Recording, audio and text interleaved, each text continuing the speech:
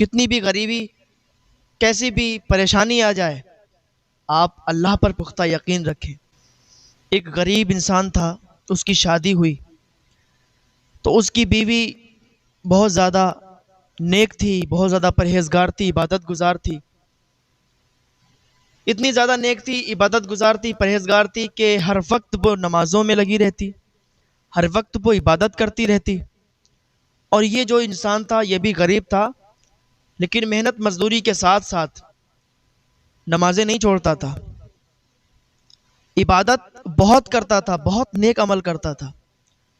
تو اللہ تعالیٰ امتحان لیتا ہے، اللہ تعالیٰ آزمائشیں ڈال دیتا ہے، لیکن جو صبر کر جاتا ہے، جو آزمائشوں پر کھرا اتر جاتا ہے، پھر اللہ تعالیٰ اسے اتنا نوازتا ہے، اتنا نوازتا ہے کہ اس کے خزانوں میں پھر کمی نہیں آتی۔ ایسے ہی یہ انسان تھا، لیکن ایک دن اس کی بیوی نے کہا کہ اے میرے شوہر، ہم کتنے غریب ہیں، بڑے بڑے لوگ اچھے اچھے کھانے کھاتے ہیں، اچھے اچھے پکوان پکواتے ہیں، لیکن کیا ہے، کتنے غریب ہیں ہم۔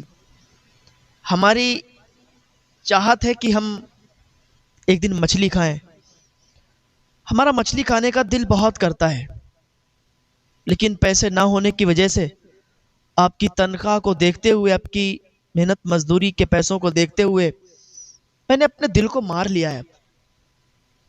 اب میری چاہت ہی نہیں ہوتی کہ میں مچھلی کھاؤں، لیکن مچھلی کھانے کی تمنا مجھے بہت تھی، لیکن اب میرا دل مر گیا ہے، کیونکہ ہماری اتنی کمائی نہیں ہوتی نا کہ ہم مچھلی کھائیں، ہم گوشت کھائیں، ہم اچھے پکوان کھائیں۔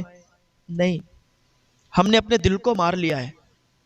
جب اتنا اس کی بیوی نے کہا تو اس کے شوہر نے کہا، اے میری بیوی، اے میری شریک حیات، آپ نے مجھے کبھی بتایا کیوں نہیں کہ آپ مچھلی کھانا چاہتی ہیں؟ کیونکہ میاں بیوی کی یہ محبت بہت اچھی اور بہت نرالی، بہت سچی محبت ہوتی ہے۔ اس کے شوہر نے کہا، میری شریک حیات، آپ نے مجھے بتایا تو ہوتا، میں کچھ بھی کرتا، لیکن تمہارے لیے میں مچھلی ضرور لاتا، آپ نے کبھی مجھے بتایا ہی نہیں۔ اس نے کہا کہ میں آپ کو کیا بتاؤں، اور ایک نیک بیوی کی پہچان بھی یہی ہوتی ہے کہ جیسی شوہر کی آمدنی ہو اسی حساب سے اسے خرچ بھی کرنا چاہیے۔ تو میں نے نہیں بتایا، اب میں کیا بتاؤں آپ کو، کیونکہ آپ کی آمدنی اتنی نہیں ہے نا۔ اس نے کہا، میری شریکت، آپ نے مجھے بتایا تو ہوتا، میں رات دن ایک کر دیتا، لیکن تمہارے لیے میں مچھلی ضرور لاتا۔ کچھ بھی نہیں، ابھی کچھ دیر نہیں ہوئی ہے، میں تمہارے لیے مچھلی لاؤں گا، میں محنت کروں گا، مزدوری کروں گا، لیکن تمہارے لیے مچھلی لاؤں گا۔ دوسرے دن وہ گھر سے نکل گیا کام کی تلاش میں، لیکن کوئی کام نہیں ملا۔ گزر رہا تھا تو مچھلی کی دکان راستے میں ہی پڑی۔ مچھلی والے سے کہنے لگا، بھائی صاحب، مچھلی کتنے کی دی؟ اس نے ریٹ بتایا۔ کہ اس مچھلی کو حاصل کرنے کے لیے میرے پاس پیسے نہیں ہیں، آپ مجھے کوئی کام دے سکتے ہیں کہ جس سے یہ مچھلی مجھے مل جائے؟ اس نے کہا، ہاں میرے پاس ایک کام ہے جو میں تمہیں دے سکتا ہوں۔ کہا، کیا کام ہے بتاؤ؟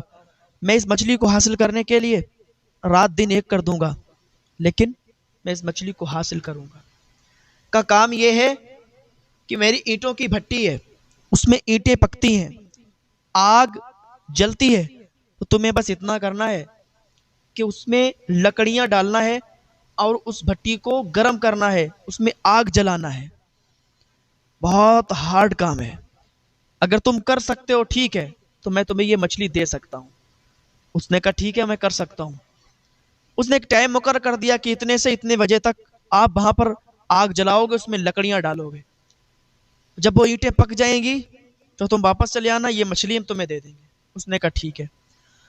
وہ انسان سوچ رہا تھا کہ میں تو کچھ بھی کرنے کے لیے تیار ہوں۔ اینٹوں کی بھٹی پر گیا، لکڑیاں ڈالنا شروع کر دیا۔ تپش اتنی زیادہ تھی کہ پسینہ آتا، رومال سے پوچھ دیتا، لیکن اسے وہ بات یاد آ رہی تھی کہ میری بیوی مچھلی کھانے سے اتنے دن سے پریشان ہے، اتنے دن سے اسے طلب مچھلی کی لگ رہی ہے، لیکن اس نے مجھے بتایا نہیں۔ بتائیے، اس کے لیے اس نے کافی محنت کی اور بھٹی میں لکڑیاں ڈالتا، کھڑا ہو جاتا، لکڑیاں ڈالتا، آرام کرنے لگتا۔ کہتے ہیں نیند تو نیند ہے نا، زیادہ جاگ لیں تو آپ کو نیند تو ویسے ہی آنے لگے گی، آپ کہیں بھی ہوں، کتنے ہی شور و گل میں ہوں، آپ کو نیند آ جائے گی۔ تو محنت تو اس نے خوب کر ہی لی تھی، تھک بھی کافی گیا تھا، ٹیک لگائے دیوار سے کھڑا کھڑا وہیں پر سو گیا۔ جیسے ہی یہ سویا تو اس کا پیر پھسل گیا، پیر پھسلا تو بھٹی کے اندر گرا، جا کے جلتی ہوئی تیز لپٹوں والی بھٹی، تیز آگ والی بھٹی میں جب یہ گرا تو اللہ کے حکم سے وہ آگ پھولوں میں تبدیل ہو گئی، وہ آگ پھول بن گئی، اور اس کے اندر ایک مکان اسے نظر آیا۔ اس نے آنکھ کھول کر دیکھا، ایک خوبصورت گھر نظر آیا، تو دیکھنے لگا کہ یہ گھر کس کا ہے، تو پوچھنے لگا کہ یہ گھر کس کا ہے، تو آواز آئی کہ یہ گھر اس کا ہے جو اللہ کی رضا پر راضی رہتا ہے، جو صبر کرتا ہے، جو بندہ اللہ کی رضا پر راضی رہتا ہے، شکر ادا کرتا رہتا ہے، یہ گھر اس کو ملتا ہے۔ تو اس نے کہا یہ تو بہت اچھا گھر ہے، تو بہت حسین گھر ہے۔ ابھی اتنا کہا تھا کہ اللہ کے حکم سے یہ واپس آ گیا، ایک ایسی ہوا آئی کہ اس کو اس ہوا نے واپس کر دیا، اور یہ جہاں پر کھڑا تھا وہیں پر آ کے کھڑا ہو گیا، اور اس کی آنکھ کھل گئی۔ گویا کہ یہ سب اس کی جان بوجھ میں ہوا، لیکن اس کو لگا کہ شاید میں نے سپنا دیکھا ہے۔ آنکھ کھلی تو لگا کہ شاید سپنا دیکھا ہے، تو جانے کے بعد اسی دکاندار کے پاس گیا، کہا صاحب میں نے آپ کا کام کر دیا ہے، جو آپ نے جس ٹائم تک مجھے بتایا تھا میں نے وہ کام کر دیا ہے، اب مجھے مچھلی دے دیجئے۔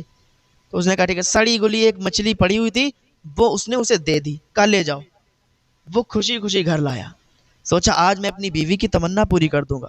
میری بیوی نے کتنی دنوں سے چاہت رکھی تھی کہ وہ مچھلی کھائے گی، آج میری بیوی دیکھ کر بہت خوش ہوگی۔ وہ تھیلی میں مچھلی لا رہا تھا، گھر پر لایا، بیوی کو دی، تو بیوی بہت خوش ہو گئی کہ میرے شوہر آپ نے کر دکھایا، میری تمنا بہت دن کی تھی مچھلی کھانے کی، لیکن آج میں اتنا خوش ہوں کہ آپ کو کچھ بتا نہیں سکتی، آپ نے میری تمنا پوری کر دی۔ کہا ہے میری شریک ہاتھ، آپ نے اگر مجھے پہلے ہی بتایا ہوتا نا تو میں آپ کو پہلے ہی کھلا دیتا۔ کہ کوئی نہیں، دیر سے آئی ہے تو کیا ہوا، کوئی بات نہیں، ابھی بنا کر پھر ساتھ میں کھائیں گے۔ اس کی بیوی نے جیسے اس مچھلی کو کاٹا تو کاٹنے کے بعد ایک عجیب منظر دیکھا۔ جیسے ہی مچھلی کٹی اور جیسے مچھلی کاٹنے کے بعد اس نے اندر دیکھا تو اس میں ایک بہت ہی خوبصورت موتی پڑا ہوا تھا۔ اس کی بیوی نے وہ موتی اٹھایا، دیکھا یہ کیا چیز ہے، اپنے شوہر کے پاس گئی، کہا دیکھو مچھلی کاٹ رہی تھی اس کے اندر یہ موتی نکلا، اور یہ موتی مجھے تو قیمتی لگ رہا ہے۔ اس نے کہا اچھا چلو میں دیکھتا ہوں، ابھی باہر جاتا ہوں اور کسی سے معلوم کرتا ہوں اس کی قیمت کیا ہے۔ اس نے موتی لیا اور سنار کی دکان پر گیا۔ سنار کی دکان پر جانے کے بعد اس نے سنار کو وہ موتی دکھایا۔ سنار نے موتی دیکھا، چونک گیا، اوے تمہیں موتی کہاں سے ملا؟ کہ مجھے یہ مت پوچھو، مجھے یہ بتاؤ اس کی قیمت کیا ہے۔ ارے تم قیمت کی بات کرتے ہو، ہزاروں دکانیں سونے کی، سناروں کی ہزاروں دکانیں مل کے بھی یہ موتی کی قیمت ادا نہیں کر سکتی۔ ہزاروں دکانوں کا سونا آپ لے لو تب بھی اس موتی کی قیمت پوری نہیں ہوگی، اتنا مہنگا موتی ہے یہ، تمہیں کیا معلوم ہے، بہت مہنگا موتی ہے۔ وہ خوش ہو گیا کہ اتنا مہنگا موتی اور مجھے مل گیا۔ اس نے کہا اچھا ادھر لاؤ موتی۔ موتی لیا، کہا کوئی بات نہیں، میں اس کو بیچوں گا نہیں ابھی، پہلے اپنی بیوی سے مشورہ کر لوں۔ کہا میرے بھائی یہ تو بتاؤ تمہیں ملا کہاں؟ کہا یہ مت پوچھو کہ میری وراثت میں مجھے ملا ہے، یہ مت پوچھو یہ موتی کس کا ہے، بیچوں گا تو تمہیں بتا دوں گا۔ کہ بھاگتا دوڑتا بیوی کے پاس آیا، میری شریک ہے سنو تو، یہ موتی اتنا قیمتی ہے کہ سنار کہتا ہے کہ ہزاروں دکانوں کا سونا مل کر بیچ کر بھی اس کی قیمت ادا نہیں کر سکتا۔ کہا اچھا اتنا قیمتی ہے، کہا چلو اس کو بیچ دیتے ہیں۔ اس کی بیوی نے کہا پاگل ہو گئے، اس کو بیچ دیتے؟ نہیں۔ کہا ارے دیر سے صبر کرنے کے بعد مجھے یہ موتی ملا، اب ہم لوگ مالدار ہو جائیں گے، ہماری ٹکر کا شہر میں کوئی نہیں ہوگا، اور تم کہتی ہو کہ اسے بیچنا نہیں ہے۔ اس کی نیک بیوی تھی، عبادت گزار بیوی تھی۔ کہا ہے میرے شوہر آپ بھول رہے ہو، شاید آپ اتنے نیک ہو، آپ اتنے نیک دل ہو، پھر بھی آپ کو ایک بات یاد نہیں آتی، پھر بھی آپ ایک بات کا اندازہ نہیں لگا سکتے۔ کہا کیا؟ کہا یہ اتنا قیمتی موتی ہے، یہ کسی کا موتی گم ہو گیا ہوگا جو مچھلی کے پیٹ میں آیا ہے، ضرور یہ دریا میں کسی کا موتی گر گیا ہوگا، مچھلی کے پیٹ میں آ گیا، اب یہ ہمارے پاس آیا تو ہمارا یہ فرض بنتا ہے کہ ہم اس موتی کو اس کے مالک تک پہنچائیں۔ اس نے کہا ہم اس کے مالک کو ڈھونڈیں گے کیسے؟ کہا سنو یہ موتی بہت قیمتی ہے، اس کا جو بھی مالک ہوگا دریا کے پاس ڈھونڈتا ڈھونڈتا ضرور آئے گا، کیوں نہ ہم اپنا بوریا بسترا اٹھائیں اور دریا کے کنارے ایک جھوپڑی لگا دیں اور ہم اس کا انتظار دیکھیں جس کا یہ موتی ہے۔ کتنے نیک لوگ تھے یہ، کتنے نیک، اگر کسی کو 10,000 روپے بھی پڑے مل جائے نا تو وہ فوراً چٹ کر جاتا ہے، فوراً کھا جاتا ہے۔ یہ تو اتنا قیمتی اس دور میں انہیں ملا کہ گاؤں میں کیا پورے علاقے میں ان جیسا مالدار کوئی نہیں ہوتا۔ لیکن یہ نیک تھے، اللہ پر بھروسہ رکھنے والے، اللہ پر یقین کرنے والے اور اللہ کے نیک بندے تھے، جو انہوں نے کہا کہ نہیں، اس کو بیچنا نہیں ہے، بہت قیمتی موتی ہے، یہ واپس کرنا ہے۔ ورنہ سوچتے کہ دریا میں گرا، مچھلی کے پیٹ سے نکلا، کہاں کسی کو ڈھونڈیں گے، چلو بیچ دیتے ہیں اور اس کی رقم کو لے لیتے ہیں۔ لیکن نہیں، اللہ کے نیک بندے ہوتے ہیں، ان کا یہی تو صبر آزمایا جاتا ہے۔ یہ صبر کرنے والے بندے تھے، تو صبر کا پھل تو ویسے ہی میٹھا ہوتا ہے۔ دریا کے کنارے بوریا بسترا لگا دیا، جھوپڑی ڈال لی، 10 سال گزار دیے انہوں نے۔ 10 سال انہوں نے اپنے سے زیادہ موتی کی حفاظت کی کہ کبھی اس کا مالک آ گیا تو اس کو اس کا موتی دینا پڑے گا، ورنہ ہم اللہ کے یہاں منہ کیا دکھائیں گے؟ اس کے مالک نے اگر پوچھ دیا کہ مولا ان لوگوں نے یہ میرا موتی لے لیا تھا، ہم ان کو کیا منہ دکھائیں گے؟ اللہ کو کیا منہ دکھائیں گے؟ نہیں۔ 10 سال گزار دیے۔ 10 سال کے بعد حضرت خضر علیہ السلام آئے، دروازہ ان کا کھٹکھٹایا، اندر آئے تو جیسے ہی اندر آئے کہا سنو، وہ موتی تمہارے پاس ہے؟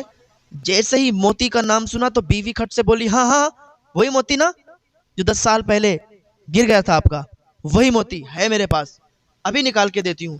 حضرت خضر علیہ السلام انسانی صورت میں تھے، انسانی شکل میں تھے۔ کہا کس کا موتی؟ وہ موتی میرا نہیں ہے۔ کہا پھر؟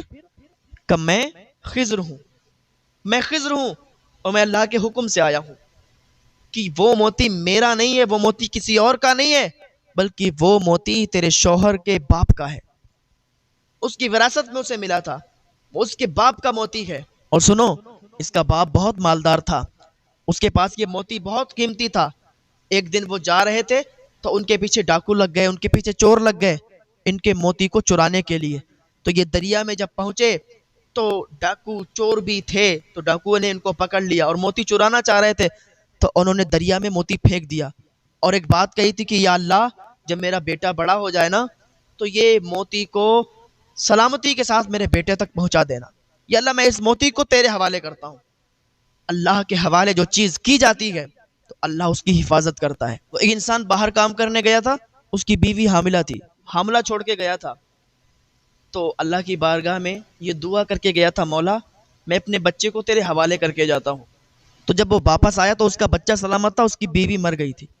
تو اس دور کے ولی نے ان سے پوچھا کہ کیوں پریشان ہو؟ میں پریشان اس لیے ہوں کہ میرا بچہ بچ گیا، میری بیوی مجھ سے جدا ہو گئی، مر گئی۔ کہا کیا تم کہہ کے گئے تھے؟ کہا میں یہ کہہ کے گیا تھا کہ یا اللہ میرے بچے کی حفاظت کرنا۔ کہا کاش تم یہ بھی کہہ کے جاتے کہ یا اللہ میرے بچے اور بیوی کی حفاظت کرنا، تو آج تمہاری بیوی بھی نہیں مرتی، کیونکہ تم صرف اپنے بچے کو اللہ کی حفاظت میں چھوڑ کر گئے تھے تو اللہ نے تمہارے بچے کی حفاظت کی۔ تو جو اللہ کی حفاظت میں چیز چلی جائے پھر اللہ اس کا خود نگہبان ہو جاتا ہے۔ تو اس نے موتی دریا میں یہ کہہ کر ڈالا تھا، یا اللہ یہ اپنی حفظ و امان میں رکھ، جب میرا بیٹا بڑا ہو جائے تو اس تک یہ پہنچا دینا۔ تو یہ موتی مچھلی کے ذریعے